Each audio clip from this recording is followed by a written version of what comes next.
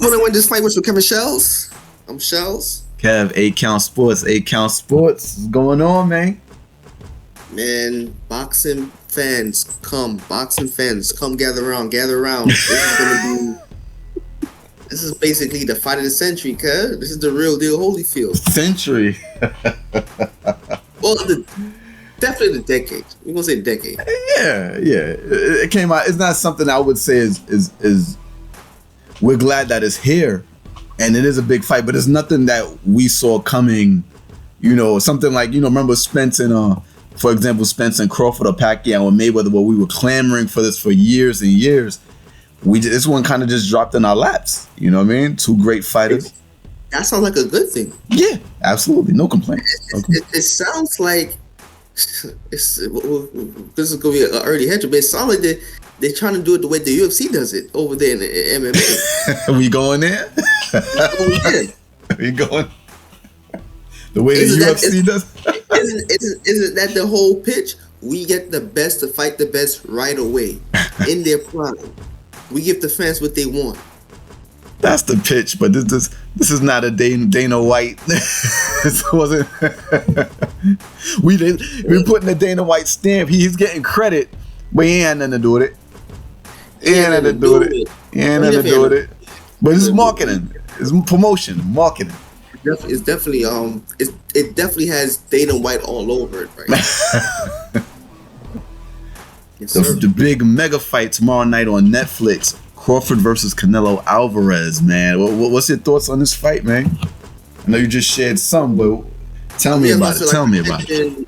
Like I mentioned earlier, it's like I probably exaggerated when I said the fight is century, but I know that this fight is up there. It's definitely gonna be up there. This is one of the situations where we're gonna have the best of the best. We have consensus-wise, pound for pound greatest boxer alive in Bud Crawford fighting arguably the face of boxing, right? Canelo Alvarez. These are the best of the best meeting each other in their prime. There was, like Kev said, there was no crazy long build up like with Mayweather and Pacquiao that happened like 5 years after when it should have happened, or Spencer and Crawford where the whole thing was being held for so many years. Like, thank God Spence, who didn't have to, decided to put those belts on the line, and it was really him. Yeah. That made that fight. He really didn't have to give Crawford the way it that. was trending. Yeah. He didn't have to give Crawford. If Spence just ignored Crawford, we wouldn't have none of this right now. Listen, PBC, the star makers. Yeah. These big fights weren't happening when they were supposed to happen, and we just lucky to get them.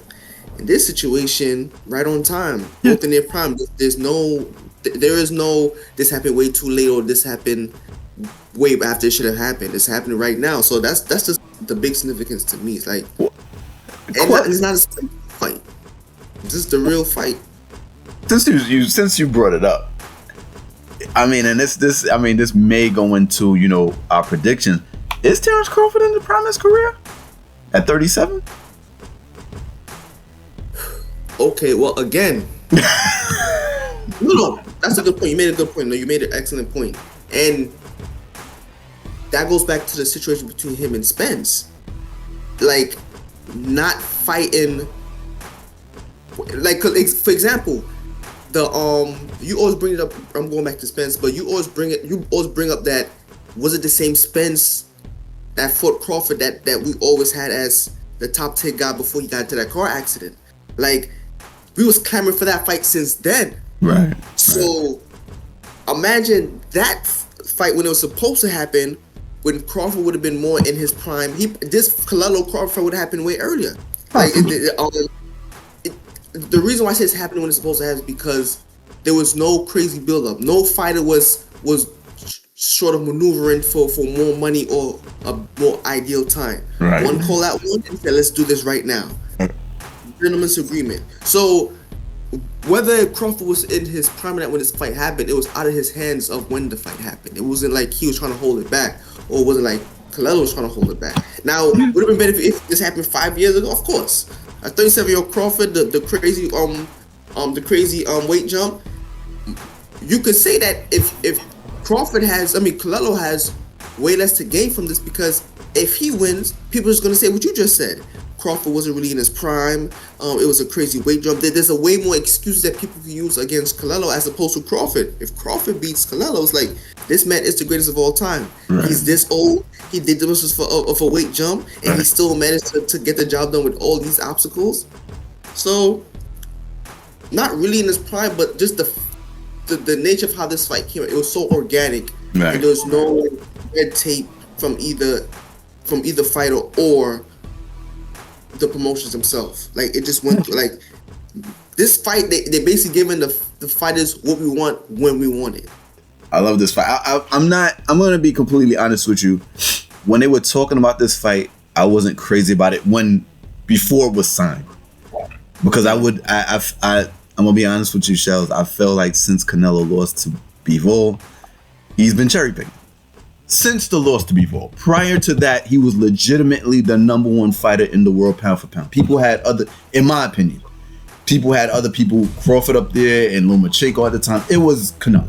Canelo hadn't lost, and he had fought a whole spew of fighters. He fought not only big name fighters, but also fighters that were tricky, like underrated, and guys that, you know, a top fighter wouldn't fight because this guy would be dangerous and didn't have the Lara fight, and then you had the Trout fight. Those are tricky fights, and Canelo took those fights and pulled those out. So he was legitimately number one. But since losing to Bivol, I thought the loss to Bivol, in combination with not fighting Benavidez, I think for me, and then fighting Crawford, I'm like, what? I just thought it was another way to duck Benavidez. That's how I looked at it. But when you look at it and when you get down to the nuts and crannies of who Crawford is, Canelo's taking a chance. This is a legacy fight, and if he loses, he'll be on the wrong side of history. So I respect it. I'm glad they made it happen, and I'm excited for what's about to go down. So I gotta ask, who you got, man? It's the moment of truth. Let's get into it. Who you got, man? Ducking and cherry picking. I was ready to cherry pick my way out of that question, man. Bro, it's a tough one. Oh wow, bro. Yes, it's a very, very tough. Again, Crawford has, because you brought it up, Crawford has age against him. Even though you can't really say that, because in his last few fights, you haven't really seen any signs of age catching up to him. So, you didn't think how he looked in his last fight?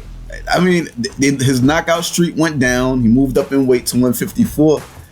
You impressed with that fight against, I think, what was his name? Ishmael? I forgot his name. Respectfully. Impressed? I mean, it's not like Crawford did not look dominant. He got it done. He got the job done. You know what I'm saying? That's what I'm saying. It's not like it wasn't out of character of who we know him as in the ring. To me, it wasn't. It broke his knockout streak though. He had knocked out. I think he stopped something like 10, 11 people fight straight. But here's the thing though. It's hard to have a good performance when you compete against yourself. Right. And even at that age, he's still, there's no one else outside of him that you call on for a standard. He's still maintaining the standard. Right. He's like, you know what I'm saying? It's not like I don't see it, even in those last few fights. I don't see his skill set falling off or anything deteriorating. It's just, it's Crawford. Like, shit, I had a bad night. Kill me. Like, you know what I'm saying? But it was the normal dominant. He won in dominant fashion to me. Like, okay. But I saw, but again, age, the crazy weight jump. That's to me is the Canelo had a warm up fight before this one.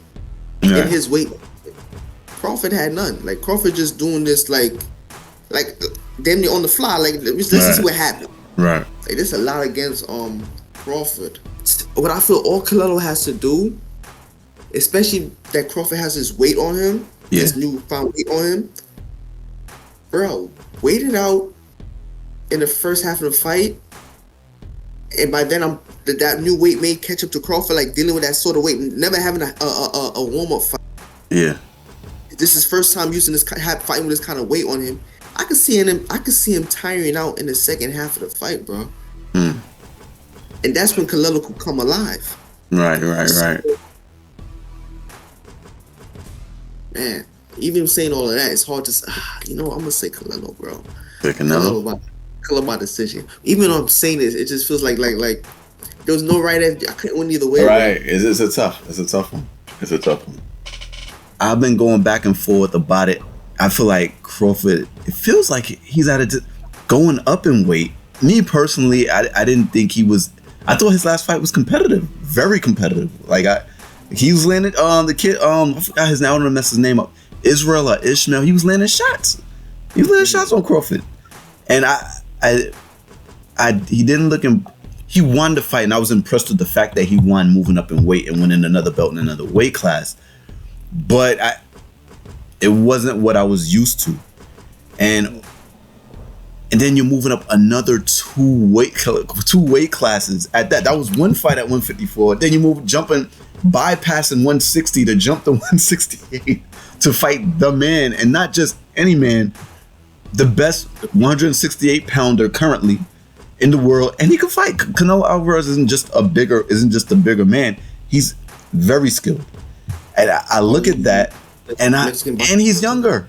He's younger than Crawford, and he's been more active than Crawford. I feel like you mentioned. I feel like he's been a tad more active.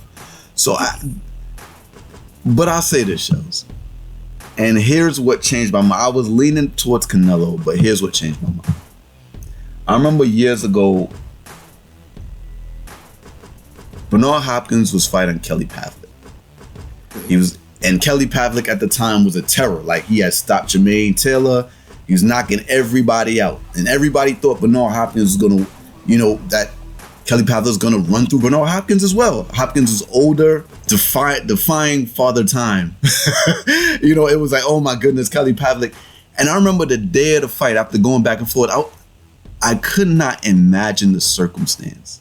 I really thought about it. I was like, I can't see I can't see anybody running over Bernard Hopkins. This is Bernard Hopkins.